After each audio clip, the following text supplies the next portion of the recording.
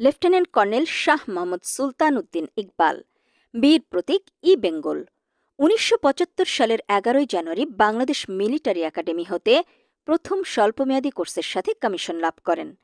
তিনি পার্বত্য চট্টগ্রামের রাঙ্গামাটিতে ২ ই বেঙ্গল ইউনিটে জোন কমান্ডার হিসেবে কর্মরত ছিলেন। সে সময় ১৯৮৯ সালের ৪ অক্টোবর ঘাগড়া উপজেলার লামাছড়ি এলাকায় সফল একটি অ্যাম্বুশের নেতৃত্ব প্রদান করেন তিনি। লামাছড়ি এলাকাটি অত্যন্ত দুর্গম এবং ২টি রিজিয়নের দায়িত্বপূর্ণ এলাকার মাঝে হওয়ায় আন্তঃ-রিজিয়নাল অপারেশন ব্যতীত উক্ত এলাকায় তেমন আইনশৃঙ্খলা বাহিনীর উপস্থিতি ছিল না।